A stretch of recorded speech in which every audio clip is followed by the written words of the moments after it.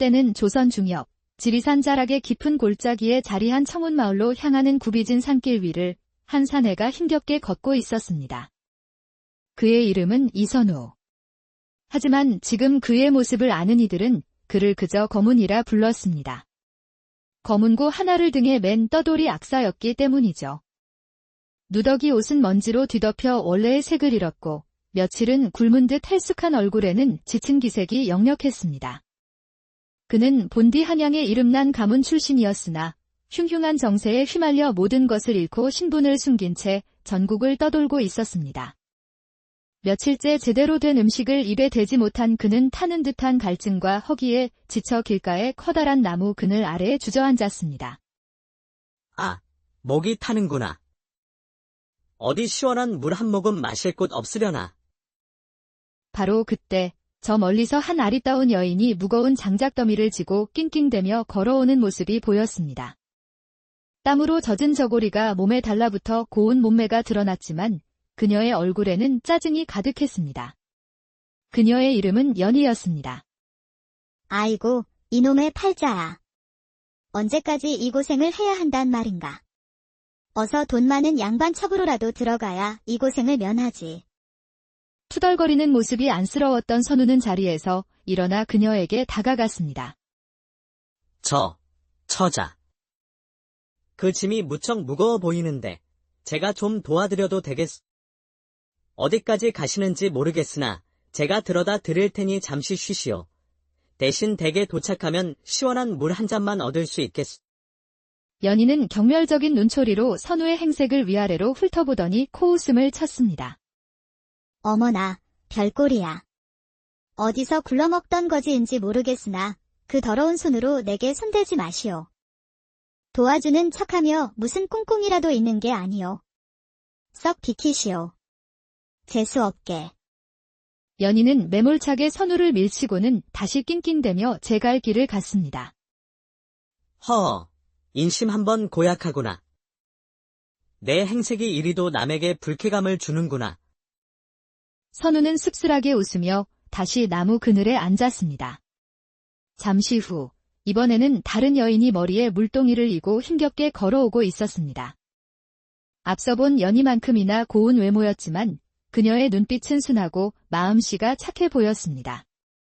그녀가 바로 이 마을 사공의 딸 설아였습니다.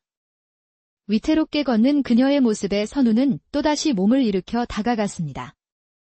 이번에도 거절당할 것을 각오한 행동이었습니다. 처자, 그 물동이가 위태로워 보이오. 내가 잠시 들어주겠소. 갑자기 나타난 낯선 사내의 설아는 깜짝 놀라 뒤로 물러섰습니다. 어머나. 누구세요? 나는 그저 지나가던 나그네요. 험한 일을 하려는 것이 아니니 놀라지 마시오. 그저 힘들어 보여 돕고 싶었을 뿐이요. 선우의 진심 어린 눈빛의 설아는 경계를 풀고 수줍게 고개를 끄덕였습니다. 아, 고맙습니다. 저기 아래 보이는 초가집까지만 부탁드려도 될까요? 선우는 가볍게 물동이를 받아들고 설아의 뒤를 따랐습니다. 설아의 집에 도착하자 그녀는 선우에게 감사 인사를 하며 안으로 그를 이끌었습니다. 정말 고맙습니다. 더운 날에 고생 많으셨지요. 변변치 않지만 들어오셔서 시원한 물이라도 한잔하고 가세요. 선우는 며칠 만에 처음 겪는 친절에 가슴이 뭉클해졌습니다. 정말 고맙소, 처자. 그 말씀만으로도 살 것 같구려. 설아는 시원한 우물물을 한 바가지 떠다 주었고 선우는 단숨에 들이켰습니다. 크아! 세상에 이렇게 달콤한 물이 또 있을까? 정말 고맙소. 이윽고 설아는 보리밥에 된장, 그리고 풋고추 몇 개를 곁들인 소박한 밥상을 차려내왔습니다. 시장하실 텐데 이것이라도 좀 드시고 기운 차리세요. 굶주렸던 선우에게는 진수성찬이나 다름없었습니다. 그는 허겁지겁 밥을 먹기 시작했습니다. 설아는 그런 그의 모습을 신기한 듯 또 한편으로는 안쓰러운 듯 바라보았습니다. 세상에나 얼마나 굶으셨으면 그리 급하게 드세요. 천천히 드세요, 체하실라. 이런 추한 모습을 보여 부끄럽소. 처자가 차려준 밥이 너무 맛있어서 그렇소. 평생 먹어본 밥 중에 최고로 구려. 식사를 마칠 무렵 험상궂은 인상의 한 사내가 집으로 들어섰습니다. 바로 설화의 아버지인 박영감이었습니다. 니시오. 웬 놈이 허락도 없이 남의 집마당에 들어와 있는 게야. 아, 아버지. 이분은 절 도와주신 고마운 나그네세요. 박영감은 선우의 남루한 행색을 보고 못마땅한 표정을 지었습니다. 선우는 자리에서 일어나 공손히 인사를 하고 떠나려 했습니다. 어르신, 신세 많이 졌습니다. 이만 물러가겠습니다. 처자, 정말 고마웠소. 그때 설화가 다급하게 선우의 옷자락을 붙잡았습니다. 갈 곳이 없으시다면 저희 집에서 하룻밤 묵어 가시는 건 어떠세요? 마침 헛간이 비어 있는데. 설아야. 네가 지금 제정신이냐? 어디서 굴러먹던 놈인지 알고. 아버지. 이분은 나쁜 분이 아니에요. 제가 알아요. 딸의 완강한 모습에 박영감은 마지못해 허락했고, 그렇게 선우는 설화의 집 헛간에서 하룻밤을 묵게 되었습니다. 다음 날, 선우는 이른 아침부터 일어나 박영감의 뱃일을 돕기 시작했습니다. 하지만 평생 분만 잡던 그에게 노 젓는 일은 너무나도 서툴렀습니다. 며칠이 지나도 선우는 일에 도움이 되기는커녕 사고만 쳤고, 박영감의 구박은 날이 갈수록 심해졌습니다. 에이, 쯧쯧. 저런 한량 같은 놈. 밥만 축낼 줄 알지. 제대로 하는 게 하나도 없구나. 하지만 설화만은 언제나 선우의 편이 되어주었고 그를 따뜻하게 챙겼습니다. 그러던 어느 비 오는 날이었습니다. 밖에서 일을 할 수 없게 되자 선우는 헛간에서 낡은 지붕을 수리하고 있었습니다. 그때 설화가 삶은 감자와 탁주 한 병을 들고 헛간으로 찾아왔습니다. 비도 오는데 일하시느라 힘드시죠? 이거 드시고 하세요. 빗소리가 들리는 헛간 안, 두 사람은 작은 상을 마주하고 앉아 감자를 나누어 먹고 탁주를 마셨습니다. 알싸한 술 기운이 오르자 분위기는 무르익었습니다. 선우님은 어쩌다 이렇게 떠돌게 되셨어요? 늘 등에 메고 다니시는 건 검은고인가요? 말 못할 사연이 좀 있어. 그래, 이건 내 유일한 버딩 검은고라오. 괜찮으시라면 한 곡 들려주실 수 있나요?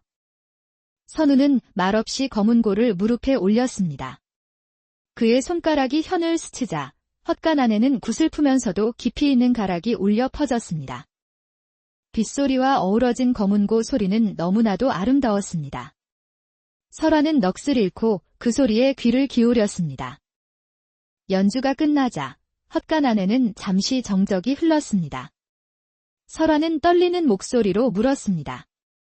당신은 정말 평범한 떠돌이 악사가 아니시군요. 선우는 검은고를 내려놓고 설화의 눈을 깊이 바라보았습니다.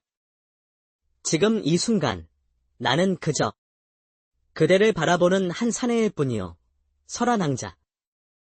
그 말에 설화의 눈시울이 붉어졌습니다. 두 사람 사이에 흐르는 감정은 더 이상 숨길 수 없었습니다.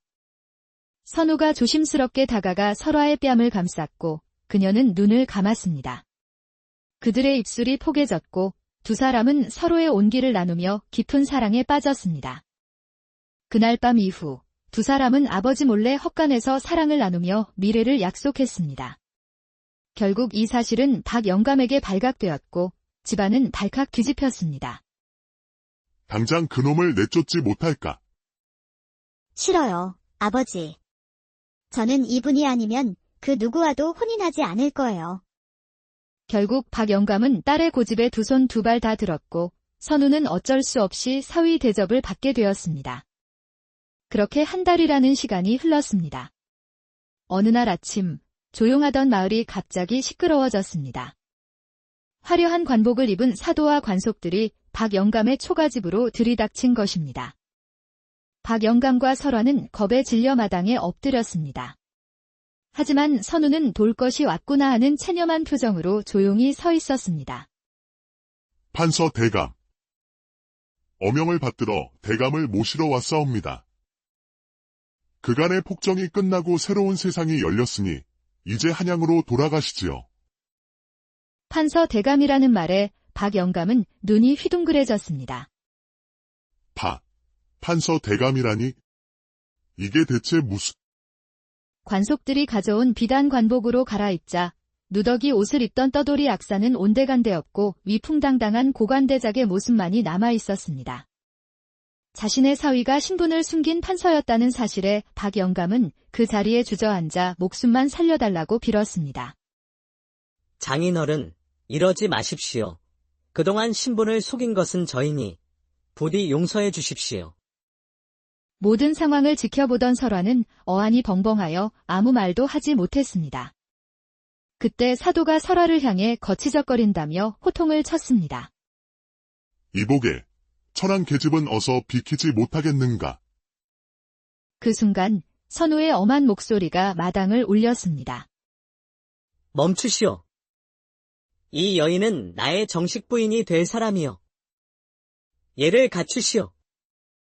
선우는 설화에게 다가가 그녀의 손을 다정하게 잡았습니다. 부인, 놀라게 해서 미안하오. 이제 나와 함께 한양으로 갑시다. 나의 가장 비천한 모습일 때 유일하게 손을 내밀어준 사람은 부인뿐이었소. 나는 평생 부인을 존중하고 사랑하며 살 것이오. 하지만 저는 그저 미천한 사공의 딸일 뿐입니다. 어찌 대감의 부인이... 나에게 부인은 세상 그 누구보다 귀한 사람이요. 자, 어서 내 손을 잡으시오. 설화는 눈물을 흘리며 선우의 손을 잡았습니다. 그녀의 머리 위로 환한 아침 햇살이 쏟아져 내리며 마치 두 사람의 새로운 시작을 축복하는 듯 했습니다. 그리하여 가난한 사공의 딸이었던 설화는 하루아침에 판서의 정실 부인이 되어 새로운 인생을 시작하게 되었답니다.